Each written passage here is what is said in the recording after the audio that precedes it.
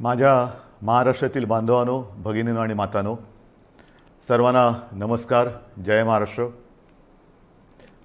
घाबरून जाऊ नका, कारण अनेकांचे फोन मला आले की आज संध्याकाळी आपण फेसबुक लाईव्ह करताय, तर आज मध्यरात्रीपासून लॉकडाऊन करतायत का. प्रथम मी काय बोलतो आहे ते जरा नीट समजून घ्या. मी आपल्याला घाबरवण्यासाठी आलेलो नाही आहे, तर आजची एकूण परिस्थिती काय आहे आणि या परिस्थितीतून आपल्याला सर्वांना मार्ग कसा काढायचा आहे, मार्ग काढण्यासाठी म्हणून मी आज आपल्याशी संवाद साधतोय. सर्वांना या गोष्टीची कल्पना आहे की आता जवळपास 1 वर्ष झालं आपण एका विचित्र विषाणूबरोबर लढतो आहोत.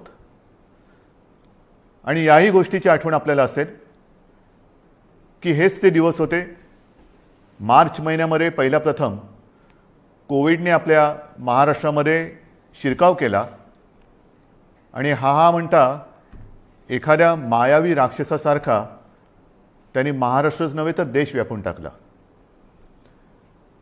मधल्या काळामध्ये आपण सर्वजण मिळून या व्हायरसला रोखण्यामध्ये नक्कीच यशस्वी झालो होतो, नक्कीच झालो होतो, त्याच्याबद्दल काही वादच नाही आहे.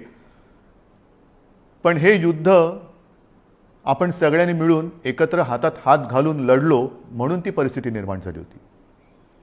साधारणतः कालच्या जानेवारी-फेब्रुवारीपर्यंत आपल्याला असं वाटत होतं की आता झालं, संपलं. ये कोरोना कोरोना क्या है, क्या चीज़ है कोरोना, कोविड क्या है. विशेष म्हणजे गेल्याही वर्षी अर्थसंकल्पीय अधिवेशन होतं, याही वर्षी तोच काळ आला, मार्च.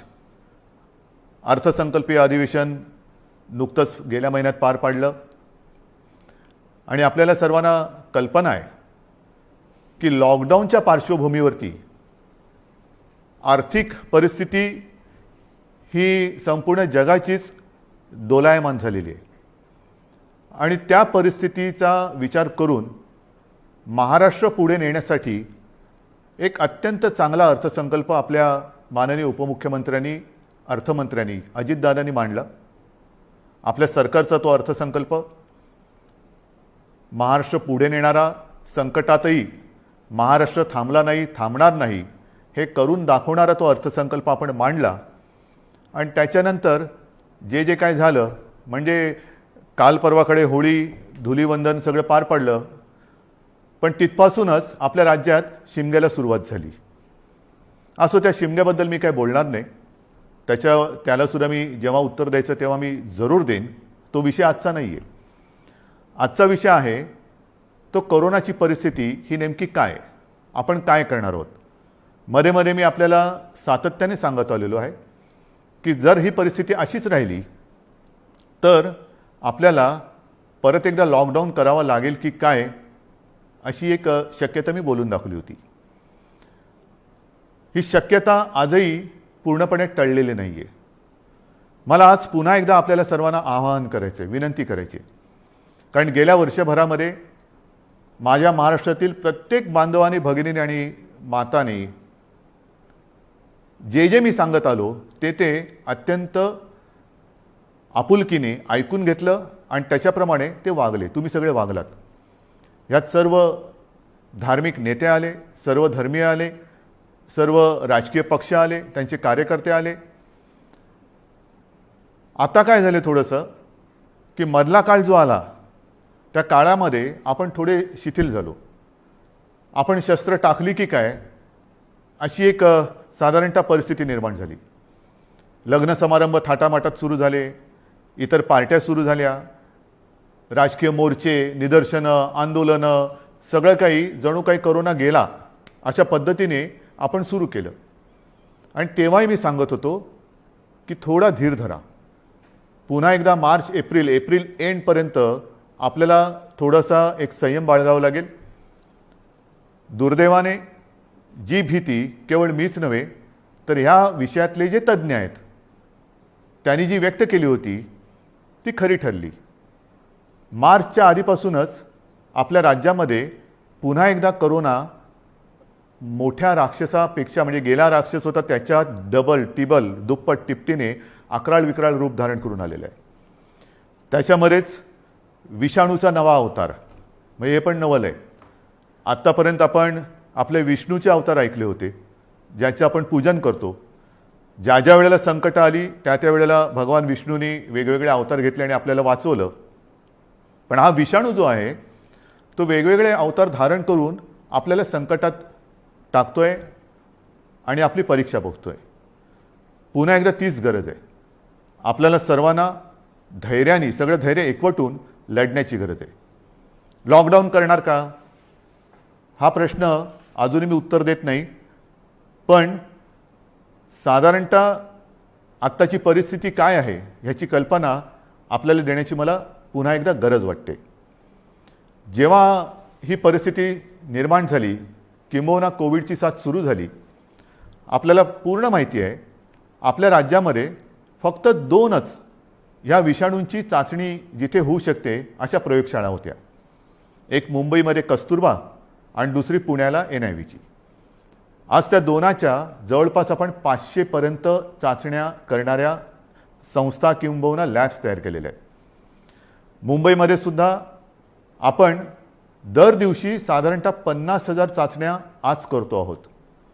गेल्या काही दिवसात म्हणजे मला जी माहिती सगळी माझ्याकडे आलेली आहे त्याच्यात महाराष्ट्रामध्ये जी आपली क्षमता होती 75,000 चाचण्या दर दिवशी करण्याची, ती आपण वाढवून जवळपास 1,82,000 पर्यंत नेलेली आहे. 1,82,000, 75,000 ते 1,82,000 इथपर्यंत आज आपण रोजच्या चाचण्या करतो. येत्या काही दिवसात ही संख्या आपल्याला 2.5 लाखावर न्यायची आहे. 2.5 लाख चाचण्या दर दिवशी महाराष्ट्रामध्ये लवकरात लवकर आपण करणार आहोत. आणि याही चाचण्या ते रॅपिड अँटीजेननी नाही, तर त्याचं जे प्रमाण आहे, केंद्राची जी काय मार्गदर्शक तत्व आहेत की साधारणतः 70% चाचण्या ह्या RT-PCR ह्या पद्धतीने झाल्या पाहिजेत.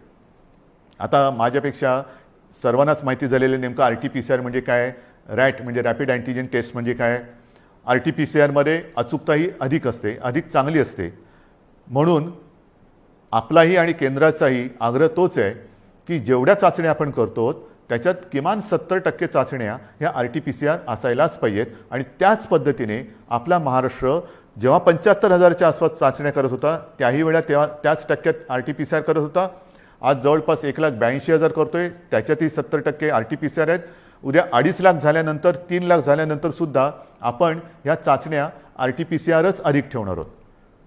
म्हणजेच काय की आपण कुठेही दर्जाची तडजोड करत नाही आहोत, अजिबात करत नाही आहोत आणि करणार नाही. एक तर पहिली गोष्ट अशी आहे की काहीही आपण लपवत नाही आणि लपवणार नाही. एक सुद्धा रुग्ण आपण लपवलेला नाही आणि लपवत नाही आहे. आणि म्हणून जी महाराष्ट्रातली जी परिस्थिती आहे ती सगळ्यांना जरी धक्कादायक वाटत असली तरी आपण सत्य काय आहे हे लोकांसमोर अगदी जसंच्या तसं ठेवतो आहोत. मग काही जण मला म्हणतात की इतर राज्यांमध्ये बघा, बिहारमध्ये निवडणुका झाल्या, बंगालमध्ये चालू आहेत, आणखीन इकडे झालं, आणखीन तिकडे झालं, मग तिकडे वाढ नाही, तुमच्याकडे का. मला त्याच्याबद्दल बोलायचं नाही आहे, अजिबात बोलायचं नाही आहे. मला माझा महाराष्ट्र प्यारा आहे, मला माझी जनता ही प्यारी आहे. त्यांची जबाबदारी ही आज माझ्यावरती असल्यामुळे ती जबाबदारी मी आधीच बोललेलो आहे की मला कोणी विलन ठरवला तरी देखील मी ती पार पाडणारच, ते माझं कर्तव्य आहे. म्हणून तुम्ही घाबरून जाण्यासारखं काही नाही आहे.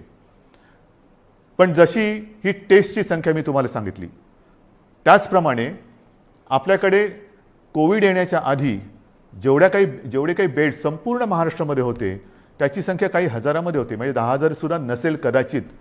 कारण आधी आपण कधी कल्पनाच केली नव्हती की असं काहीतरी आकस्मिक संकट येईल आणि आपली त्रेधा तिरपीट उडेल. गेल्या मार्च महिन्यात तुम्हाला आठवतंय बेड्स मिळत नव्हते, हॉस्पिटल्स मिळत नव्हते, उपचार मिळत नव्हते. मग सगळे हॉस्पिटल्स ओव्हरफ्लो व्हायला लागली होती, ॲम्ब्युलन्स मिळत नव्हते. ह्या सगळ्या गोष्टी लक्षात घेतल्यानंतर आपण बेड्सची संख्या वाढवायला लागलो. महाराष्ट्र हे देशातलं पहिलं कदाचित एकमेव राज्य असेल की ज्याने अगदी फील्ड हॉस्पिटल्स उभारली लष्कराच्या धर्तीवरती. जसं लष्कर काम करतं तसं आपल्या महाराष्ट्राच्या यंत्रणेने काम केलं, आजही करते. जम्बो कोविड केअर सेंटर्स उभारली आणि काही हजारात म्हणजे 8-10 हजार ज्या काही रुग्णशय्या होत्या त्याची संख्या आपण जवळपास 3.25 लाखापर्यंत नेली, सगळ्या काही मिळून. म्हणजे त्याच्यामध्ये इतर कोविडशिवाय असलेले beds oxygen beds, ICU beds, विलगीकरणाचे बेड्स, डायलिसिसचे बेड्स असे मिळून साधारणतः 4.25 लाखापर्यंत ही सुविधा आपण वाढवली. ही मोठी आपली एक अचिव्हमेंट होती. आणि तेव्हाही मी म्हटलं होतं की लॉकडाऊनचा उपयोग हा संसर्ग थांबवण्यासाठी आहे आणि त्याच वेळेला आपल्या आरोग्य सुविधा वाढवण्यासाठी आहे. मग आता एवढीही रुग्णशय्या वाढवल्यानंतरही मी परत तुमच्याशी का काळजीने बोलतोय, ह्याचं कारण आजचं चित्र मी तुम्हाला सांगतोय. पहिली गोष्ट अशी की साधारणतः रुग्ण वाढ ही किती होते, किती झपाट्याने होते, त्याची थोडीशी मी तुम्हाला कल्पना देतो. आपल्याला माहिती आहे की जानेवारीच्या शेवटाला आणि फेब्रुवारीच्या सुरुवातीला फक्त मुंबईपुरतं बोलायचं झालं तर मुंबईमध्ये 300-350 रुग्ण हे दर दिवशी आपल्याला सापडत होते. आज ती संख्या 8,500वरती गेलेली एका महिन्याच्या कालावधीत. ही फक्त मुंबईची परिस्थिती आहे. महाराष्ट्राची परिस्थिती बघितली तर 17 सप्टेंबर 2020 म्हणजे तेव्हा जरा सगळं जास्त होतं, तेव्हा 3 लाख सक्रिय रुग्ण होते. 1 एप्रिलला आणखीन त्याच्यामध्ये भर पडलेली आहे. 17 सप्टेंबरला साधारणतः 31,000 मृत्यू झाले होते, 31,351. आता 54,900च्या आसपास झालेले आहेत. त्यावेळेला एका दिवशी आढळलेले रुग्ण हे 24,619 होते 17 सप्टेंबरला. आता 1 एप्रिलला एका दिवशी साधारणतः 43,183 रुग्ण आढळलेले आहेत. आज 2 तारीख. आज कदाचित 45,000चा आकडा आपण गाठू किंवा पार करू. कोणत्या दिशेने चाललेलो होतो आपण बघा. आणि याच वेगाने जर का ही रुग्णवाढ होत राहिली तर मी जे तुम्हाला सांगितलं त्याच्यात मी बेड्सची तुम्हाला कल्पना देतो. साधारणतः विलगीकरणच्या ज्या बेड्स आहेत त्या 2,20,000 आहेत महाराष्ट्रामध्ये. आत्ताच त्या 1,37,549 भरलेले आहेत, म्हणजे 62% हे बेड्स भरले गेलेत. ICUचे बेड्स हे 20,519 आहेत, ते जवळपास 48% आज भरलेले आहेत.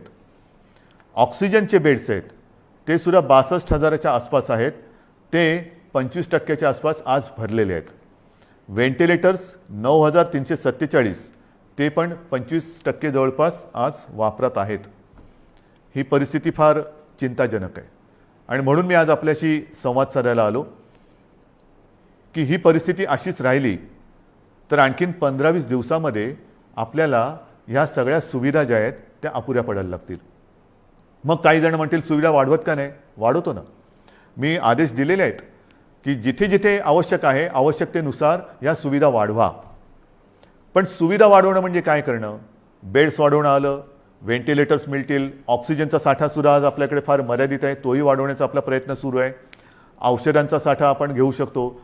परंतु बेड्स वाढले, व्हेंटिलेटर्स वाढले, ICUचे बेड्स वाढले तरी डॉक्टर्स कसे वाढणार, नर्सेस कशा वाढणार, आरोग्य कर्मचारी कुठून आणायचे? हा विचार फार महत्त्वाचा आहे आणि इकडेच खरा चिंतेचा विषय आहे. गेले वर्षभर ही संपूर्ण आपली यंत्रणा, मग त्याच्यात डॉक्टर्स आहेत, नर्सेस आहेत, आरोग्य कर्मचारी आहेत, पोलीस आहेत, आशा अंगणवाडी सेविका आहेत, महसूल यंत्रणेचे काही कर्मचारी आहेत, यांच्यापैकी बऱ्याच जणांना कोविडने गाठलेलं आहे. आजारातनं ते बरे झालेले आहेत. साधारणतः या विषाणूचं एक विचित्र वैशिष्ट्य असं आहे की एकदा त्यांनी कोणाला ग्रासलं की बरं झाल्यानंतर सुद्धा काही काळ हा थकवा राहतो, धाप लागते, थकवा येतो, थोडंसं अंगातली सगळी शक्ती गेल्यासारखी वाटते. मग डॉक्टर सांगतात आता तुम्ही निगेटिव्ह झालेला आहात परंतु आराम करा.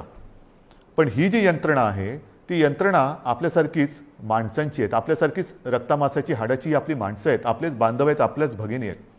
हे डॉक्टर्स असतील सगळेच ते आजारी पडले आणि पडल्यानंतर निगेटिव्ह आल्यानंतर दुसऱ्या तिसऱ्या दिवशी पुन्हा एकदा आपल्या सेवेसाठी कोरोनाच्या गुहेत घुसत आहेत.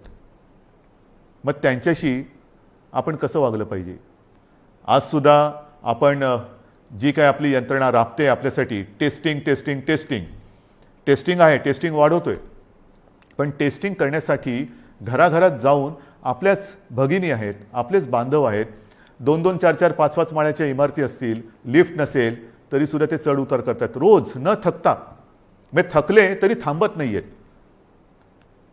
त्यांना आपण काहीतरी दिलासा देणार आहोत की नाही.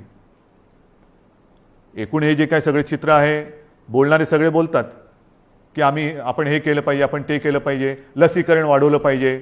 वाढवतोय ना आपण. कालच्या दिवसात तुम्हाला मी अभिमान हा शब्द इकडे वापरणं योग्य ठरणार नाही, पण तुम्हाला समाधान वाटलं पाहिजे की महाराष्ट्र हा देशातला नंबर एकचं राज्य महाराष्ट्र ठरलेलं आहे. कालच्या दिवसात एका दिवशी आपण 3 लाख नागरिकांना लसीकरण केलेलं आहे. 3 लाख एका दिवसात. म्हणजे आत्तापर्यंत आपण जेव्हापासून लसीकरणाला सुरुवात झाली सुमारे 65 लाख, त्याच्यात आजचा आकडा मी धरलेला नाही आहे, 65 लाख आपल्या नागरिकांना आपण लसीकरण केलेलं आहे. अजूनही आपण मागणी करतोय, केंद्र आपल्याला देतंय, पण पुरवठा वाढवायला पाहिजे. आणि पुरवठा वाढवल्यानंतर आपली क्षमता आज जी 3 लाख आहे ती लवकरात लवकर किमान 6 ते 7 लाख दर दिवसाला करण्याची आपली क्षमता आहे. पण तेवढ्या लसचा पुरवठा झाला पाहिजे. ती मागणी आपण करतोय. होईल, मागणी मान्य होईल, मी काय त्याच्यावर टीका नाही करत आहे, कारण सगळ्याच राज्यांना द्यायचं आहे. तर ही आपली क्षमता आहे. परंतु होतंय असं की लस घेतल्यानंतर, आता मी सुद्धा 1 डोस घेतलेला आहे लसचा. आपल्याशी बोलताना आजूबाजूला कोण नाही म्हणूनच मी मास्क काढून आपल्याशी बोलतोय. पण लस घेतल्यानंतर सुद्धा काही जण कोरोनाने बाधित होत आहेत. का होत आहेत? कारण लस घेतली आता सगळं झालं असं नाही आहे. लस घेतल्यानंतर सुद्धा मास्क हा घालणं अनिवार्य आहे. मी मधल्या काळामध्ये माननीय पंतप्रधानांनी जी एक व्हिडिओ कॉन्फरन्स घेतली त्याच्यात हा मुद्दा मी काढला होता. आणि मी बोलताना असं बोललो होतो की आमच्या इथे लसचे 2 डोस घेतल्यानंतर सुद्धा आणि तो मधला कालावधी झाल्यानंतर सुद्धा काही लोकांना संसर्ग झालेला आहे.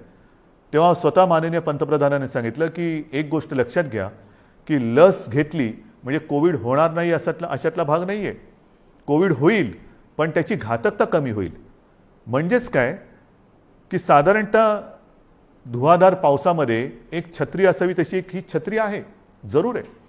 पण आत्ता नुसता पाऊस नाही आहे, वादळ आहे. आणि या वादळामध्ये लस घेणे ही एक साधारणतः आपल्याकडे छत्री आहे, त्यातल्या त्यात कमीत कमी भिजावं म्हणून. आणि लस घेणं, टेस्ट वाढवणं, रोजच्या चाचण्या वाढवणं हा उपाय अजूनही तरी मी मानायला तयार नाही. जेवढ्या आपण चाचण्या वाढवत आहोत तेवढी रुग्णसंख्या आपल्याला कळते, उपचारासाठी आपण त्यांना घेतोय. परंतु रुग्णवाढ थांबवण्यासाठी अजून कोणी उपाय सांगत नाही आहे. काय आहे उपाय नाही आहे. पण लसीकरण करा, लसीकरण करतो आहोत. आज मी पुन्हा एकदा सांगतो, संपूर्ण देशात आपलं राज्य हे लस देणारं नंबर 1चं राज्य आहे. आजच्या दिवशी आपण 3 लाख नागरिकांना दर दिवशी लस देतोय. काल परवापासून 3 लाख हा आकडा गाठलेला आहे. परत एकदा सांगतो, लसीचा पुरवठा आपल्याला ज्या क्षणी वाढेल तेव्हा ही क्षमता आपण दुपटी तिपटीने वाढवू शकू एवढी आपली नाही म्हटलं तरी ताकद आहे, नक्कीच आहे. म्हणजेच काय की एका बाजूला आपली ही यंत्रणा ट्रॅकिंग, ट्रेसिंग, टेस्टिंग ह्याच्यासाठी बिझी आहे, दुसरीकडे उपचारांसाठी बिझी आहे, तिसरीकडे हीच यंत्रणा लसीकरणासाठी सुद्धा व्यस्त आहे. हे सगळं एकत्रित आल्यानंतर त्यांची काय स्थिती होत असेल ह्याचा थोडा आपण विचार केला पाहिजे. आणि म्हणून मला असं वाटतं की लॉकडाऊन करायचं का? इतर देशांनी काय केलेलं आहे? इतर देशाचा जर का आपण अंदाज घेतला तर अमेरिकेने सुद्धा 7 कलमी कार्यक्रम जाहीर केले आहे. त्याच्यामध्ये सुद्धा त्यांनी असं म्हटलेलं आहे की राजकारण नको, जीव महत्त्वाचा आहे, असं राष्ट्राध्यक्षांनी आवाहन केलं आहे.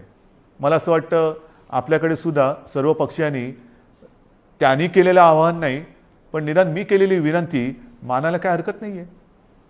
जीवाशी खेळ नको, कृपा करून याच्यात राजकारण आणू नका. ब्राझीलमध्ये तर फारच पंचायत झालेली आहे, कारण तिकडे मार्चच्या एका महिन्यात जवळपास 60,000 मृत्यू झालेले आहेत. मृत्यूदर दुपटीने वाढला आहे. बेरोजगारीची म्हणजे मृत्यू पण होत आहेत आणि बेरोजगारीची पण समस्या वाढते. फार विचित्र परिस्थिती ब्राझीलमध्ये. रशियामध्ये पण लस आलेली आहे, त्याच्यामध्ये ते थोडं लस आणि त्या लसीकरणामध्ये ते पुढे आहेत. फ्रान्समध्ये परिस्थिती नाजूक आहे. तिथेही जी माहिती मिळते तिकडे तिसऱ्यांदा राष्ट्रीय लॉकडाऊन करण्यात आलेला आहे आणि ह्या लॉकडाऊनच्या मध्ये केवळ जीवनावश्यक वस्तूंची दुकाने उघडण्यास परवानगी दिलेली आहे. कार्यालयातील लोकांना फक्त घरून काम करावे लागेल. पुढील 3 आठवड्यांसाठी शाळा पूर्णपणे बंद ठेवण्यात येतील. या 4 आठवड्यात कोणत्याही प्रकारची जाहीर सभा होणार नाही. त्यांच्यावर पूर्ण बंदी असेल. कोणी आवश्यक कारणाशिवाय आपले घर सोडणार नाही. हे मी तुम्हाला नाही सांगितलं, हे फ्रान्समधलं वातावरण तुम्हाला सांगतो. नाही तर तुम्हाला वाटेल मी आत्ताच काहीतरी लॉकडाऊन जाहीर केले काय. हंगेरीमध्ये पण वर्क फ्रॉम होम बंधनकारक आहे. डेन्मार्कमध्ये तसंच आहे. ग्रीसमध्ये हळूहळू निर्बंध हटवायला सुरुवात झालेली आहे. बेल्जियमने परत एकदा महिन्याभराचा कडक लॉकडाऊन लावला आहे. पोर्तुगाल सरकारने शहरांमधील नागरिकांची ये जा थांबवली आहे. आयर्लंडमध्ये तर डिसेंबरपासून कडक लॉकडाऊन आहे. फिलिपिन्समध्ये मनिला व आसपास परत एक आठवड्याचा कडक लॉकडाऊन लावला आहे. केनियामध्ये सुद्धा देशभर कडक निर्बंध लावलेले आहेत. UK सुद्धा आता हळूवार त्यांनी 2-2.5 महिन्याचा लॉकडाऊन केल्यानंतर हळूवार निर्बंध शिथिल करतायत. जसं आपण हळूवार शिथिल केले तसंच UK तिकडे तर 2.5-3 महिन्याचा अत्यंत कडक लॉकडाऊन होता आणि आता हळूवार ते निर्बंध शिथिल करतायत. इटलीमध्ये सुद्धा तशीच आहे. जर्मनीमध्ये सुद्धा तीच परिस्थिती आहे. पोलंडमध्ये तीच आहे. हे सगळं लक्षात घेतल्यानंतर मला माहिती आहे की लॉकडाऊन हा खूप घातक आहे. परंतु जी कात्रीत मी मागाशी म्हटलं की एका कात्रीत आपण सापडले. एका बाजूला अर्थचक्र आहे. अर्थचक्र चालवायचं तर अनर्थ ओढवतोय. अनर्थ थांबवायचा तर अर्थचक्र बंद पडतंय. करायचं काय मग. आणि मधल्या काळामध्ये जी काही मतं हे तज्ज्ञ ह्या क्षेत्रातले आहेत नाही आहेत, मी त्यांची नावं नाही घेत, पण त्यांनी त्यांची मतं मांडलेली आहेत.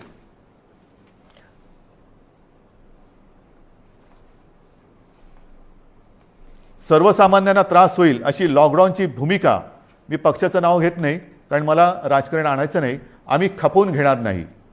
तुम्हाला आलेला झटका म्हणजे नियम नको. महाराष्ट्रामध्ये कोरोनाचं नाटक पुन्हा सुरू झालेलं आहे. कोरोनाच्या संसर्गाला लॉकडाऊन हा पर्याय नाही. आम्ही लॉकडाऊनला जोरदार विरोध करू, रस्त्यावरती उतरू. हिटलरसारखं वागू नका. सर्वसामान्य जनतेला लॉकडाऊन परवडणारा नाही. जनता आधीच लॉकडाऊनला कंटाळली आहे. त्यामुळे राज्यात लॉकडाऊन लावणे हा पर्याय नव्हे. लॉकडाऊन हा अंतिम पर्याय होऊ शकत नाही. लॉकडाऊन लावायचं असेल तर आधी रोजगाराचे पैसे 5,000 रुपये का काय ते थेट खात्यात जमा करा.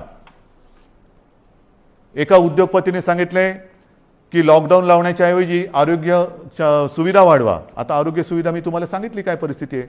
गेल्या वर्षभरात आपण एवढी आरोग्य सुविधा वाढवली, अजूनही वाढवतो आहे. पण मुद्दा असा येतो की हे जे काही आपल्याला सल्ले देत आहेत त्यांना मी सांगू इच्छितो हात जोडून, उद्योगपतींना सांगतो, म्हणजे त्या ज्यांनी सांगले सगळ्या उद्योगपतींबद्दल नाही, की आरोग्य व्यवस्था वाढवतो मी, बेड्स वाढवतो, सगळं वाढवतो, पण कृपा करून रोज मला किमान 50 डॉक्टर्स, नर्सेस, आरोग्य कर्मचारी यांचा महाराष्ट्रभर पुरवठा होईल अशी काहीतरी सोय करा. कारण नुसतं फर्निचरचं दुकान म्हणजे आरोग्य सुविधा नाही आहेत. त्याच्यामध्ये व्हेंटिलेटर आल्यानंतर व्हेंटिलेटर वापरणारे सुद्धा तज्ज्ञ लागतात. ऑक्सिजन किती द्यायचा, किती प्रमाणात द्यायचा याच्यासाठी सुद्धा त्या विषयातला तज्ज्ञ लागतो. अगदी रेमडेसिवीर द्यायचं झालं तर ते कसं दिलं पाहिजे ते समजणारा डॉक्टर लागतो. ही तज्ज्ञ लोक आणि डॉक्टर्स ही कुठून आणायची. आणि ही परिस्थिती जर का बघितली तर मला तुमच्याकडनं हीच अपेक्षा आहे. जे सांगतायत की लॉकडाऊन केला तर आम्ही रस्त्यावरती उतरू, माझं म्हणणे जरूर उतरा, उतरलंच पाहिजे. पण ते लॉकडाऊनच्या विरोधात नाही, तर लॉकडाऊन होऊ नये म्हणून कोरोनाच्या विरुद्ध तुम्ही उतरा. या डॉक्टर्सना मदत करायला तुम्ही रस्त्यावरती उतरा. ज्या कुटुंबांमध्ये करते करविते ज्यांचा मृत्यू झालेला आहे त्या कुटुंबियांची जबाबदारी घेण्यासाठी रस्त्यावरती उतरा. ज्या कुटुंबांमध्ये सगळेच्या सगळे कोरोना बाधित झालेले आहेत त्यांची सेवा करण्यासाठी रस्त्यावरती उतरा. टेस्ट जी आपल्या या यंत्रणे जी करते आहे ट्रॅकिंग ट्रेसिंग त्यांना मदत करायला म्हणून रस्त्यावरती उतरा. नुसतं बोलायला ठीक आहे अमुक केलं तर आम्ही रस्त्यावरती उतरू, माझं म्हणणं तर उतराच, रस्त्यावरती उतरा. कारण आता आपल्याला ही लढाई तशीच लढावी लागणार आहे. हातात हात घालून ही लढाई लढावी लागणार आहे. अनेक ठिकाणी मी बघतोय सभा समारंभांना तुडुंब गर्दी होते, बाजारपेठा फुलून गेलेल्या आहेत. थोडंसं धीर धरा. अनेक जणांना असं वाटतंय मास्क का लावतोय तू. अरे मास्क न लावण्यामध्ये शौर्य काय शौर्य आहे. मी मास्क वगैरे वापरत नाही, मी मास्क वापरणार नाही. काय शूर आहेस? मास्क न वापरणं ह्याच्यात शूरता नाही आणि मास्क लावणं त्याला लावायला लाजायची गरज नाही आहे. परत एकदा सांगतो की वॅक्सिन घेतल्यानंतर सुद्धा मास्क हा लावायलाच पाहिजे, अंतर ठेवलंच पाहिजे, हात धुत राहिलंच पाहिजे.